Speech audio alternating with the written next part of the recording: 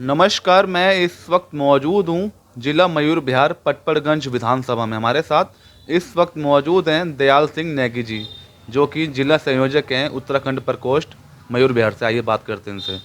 Sir, कल का जो पंच परमेश्वर का जो कार्यक्रम रहा सर, जी, कैसा रहा सर कल का? बहुत अच्छा प्रोग्राम था। जो पंच परमेश्वर सम्मेलन हमारा हुआ है उसमें वहाँ पे हमारे 1 लाख से ज़्यादा पंच परमेश्वर वहाँ पे उपलब्ध थे और कहीं पे पैर रखने की जगह नहीं थी। जो हमारा मयूर विहार जिला है उसका जो वाड़ा था वो 11 बजे ही फुल हो गया था, जबकि कार्यक्रम हमारा लगभग 12 बजे से शुरू हुआ था। ओके। तो बहुत ही अच्छा और लोगों में पूरा जोश है। तो लोगों में आप ये मैसेज आप जो दे रहे हैं सर पंच परमेश्वर के जरिए, जी, क्या मैसेज दे रहे हैं? हम मैसेज अभी ये है कि भैया ऑलरेडी जो दिल्ली का चुनाव था, जो दिल्ली में जो ये केजरीवाल जी के आने से जो तीनों जो हमारे तीनों निगम अलग अलग किए थे, और निगम इसलिए किए थे कि भाई अलग अलग करने से जी निगम का कार्य सुचारू रूप से चलेगा। जी जी। लेकिन जब पूरा काम किया तो पता चला कि तीनों को अलग अलग करने से परेशानियां बढ़ रही हैं बजाय कि कम हो रही हैं। अच्छा सर। तो केंद्र सरकार ने सोचा कि भाई हम क्यों ना इसको एकत्रीकरण इसका किया जाए, एकीकरण किया जाए। उसका एकीकरण किया और अब उससे कि भाई जो हमारा जो भी काम है सुचारू रूप से चल सके, जहाँ कहीं फंडिंग कम है कहीं ज़्यादा है तो एक दूसरे की सहायता हो सके, एक ही निगम हो। तो उसकी वजह से चुनाव जो है हमारे 6 महीने से ज़्यादा डिले हो गए थे। जी।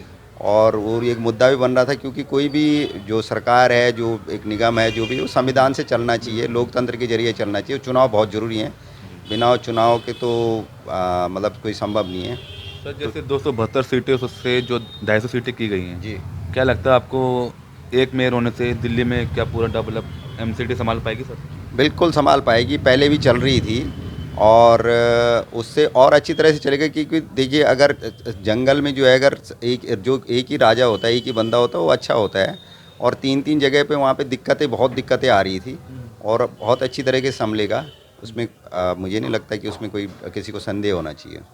अच्छा, जैसे आप सर जिला संयोजक हैं उत्तराखंड प्रकोष्ठ के, तो आप अपने समाज को किस तरह उठा रहे हैं? क्या काम कर रहे हैं इस समय? देखिए, आपको पता है कि उत्तराखंड समाज जो है एक ईमानदार समाज है और हमेशा से ही भारतीय जनता पार्टी की तरफ हमारा ज़्यादातर सभी लोगों का झुकाव भारतीय जनता पार्टी की तरफ है। क्योंकि हमारे लोग स्वार्थी कम हैं, वो देश की तरफ ज़्यादा देखते हैं। हमारे लोगों को ये है कि भाई राष्ट्र धर्म उनका प्रथम होता है।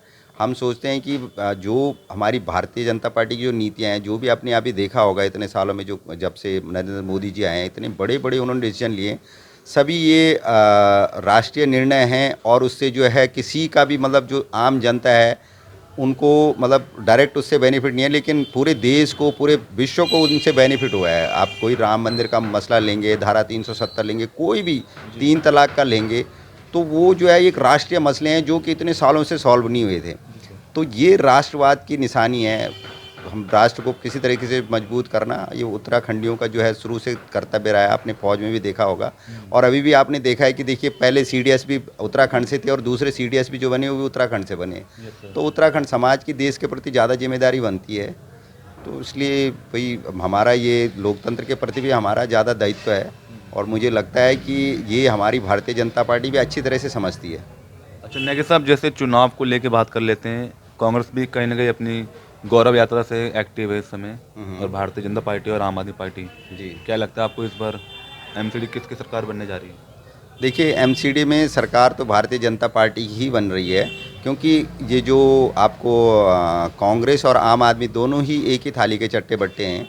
जो कांग्रेस के लोग थे वो आम आदमी में चले गए थे और आज जो है आम आदमी से छिटक के फिर से वो जो है कुछ कांग्रेस की तरफ जा रहे हैं। तो वो एक ही चीज़ें हैं, जितना कांग्रेस का कुछ जनाधार बढ़ेगा उतना यहाँ पे जो है आम आदमी पार्टी जो है कमज़ोर होगी। और भारतीय जनता पार्टी को तो अपना मूल कैडर है ही है, उसके अपने वोट बैंक, अपना अलग से वोट बैंक है, वहाँ पे कोई असर नहीं पड़ने वाला है। और भ्रष्टाचार तो आप दिल्ली में देख रहे हैं, दिल्ली सरकार के कितना भ्रष्टाचार, केवल और केवल एडवर्टाइजमेंट के दम पे दिल्ली सरकार चल रही है। दिल्ली में जितने भी काम हो रहे हैं वो एमसीडी ने काम किए हैं, केंद्र सरकार ने काम किए हैं। तो लोगों से मिल रहे हैं, तो लोगों का क्या मानना है इस बार?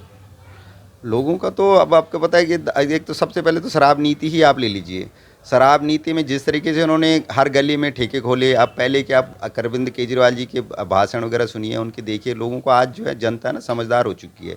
और हर किसी के पास सोशल मीडिया के माध्यम से और गूगल वगैरह जो भी है, इनके माध्यम से आप लोगों को सच्चाई जो है सामने आ जाती है। बस केवल ये है कि आपको सही लिंक पे जाना है, सही बंदे तक पहुंचना है। तो वहाँ पे आपको पता, जब केजरीवाल जी पहले बोलते थे कि भाई हम रिहायशी इलाकों में शराब के ठेके नहीं खुलनी चाहिए, और अब आपने देखा है कि हर रिहायशी इलाकों में, मतलब हर, उन्होंने ऐसे ऐसी जगह, स्कूलों के पास में, हॉस्पिटलों के पास में ठेके खोल दिए। तो जनता को वो चीज़ें दिखती हैं। देखिए, जो भी काम करना है, अगर कुछ भी करना है तो उसको हिसाब से होना चाहिए ना, उसके लिए कोई नियम कानून वगैरह वगैरह उसके तहत होना चाहिए।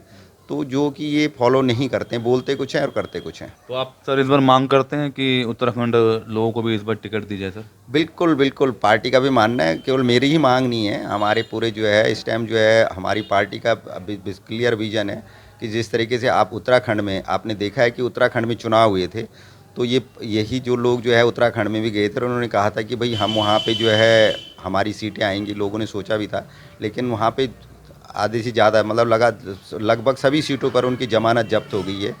तो हमारी पार्टी को भी पता है कि भाई उत्तराखंडी जो है राष्ट्र की तरफ है, भारतीय जनता पार्टी की तरफ है, तो यहाँ पे भी पार्टी हमारे जो लोगों को जो है बढ़ चढ़ कर, जितने भी जहाँ पे लोग हैं, बढ़ चढ़ कर टिकट देगी इस टाइम, ये हमारा मानना है। तो आप अपने वार्ड से मांग करते हैं सर अपनी अपनी टिकट के लिए? आप देखिए, अपनी टिकट के लिए मैं मांग नहीं करता हूँ, मैं अपने उत्तराखंडी भाई के लिए मांग करता हूँ, और जो बाकी जो पार्टी का जो फैसला होगा, हम पार्टी के सिपाही हैं, जो उनको जैसा लगेगा वो हम उसको फॉलो करेंगे। अच्छा सर, इस समय त्योहारों का टाइम भी है, कुछ एक छोटा सा कुछ संदेश देना चाहेंगे? संदेश बस यही है कि सभी लोग जो भी त्यौहार आ रहे हैं भाईचारे के साथ मनाएं, और अपना प्यार प्रेम बनाए रखें।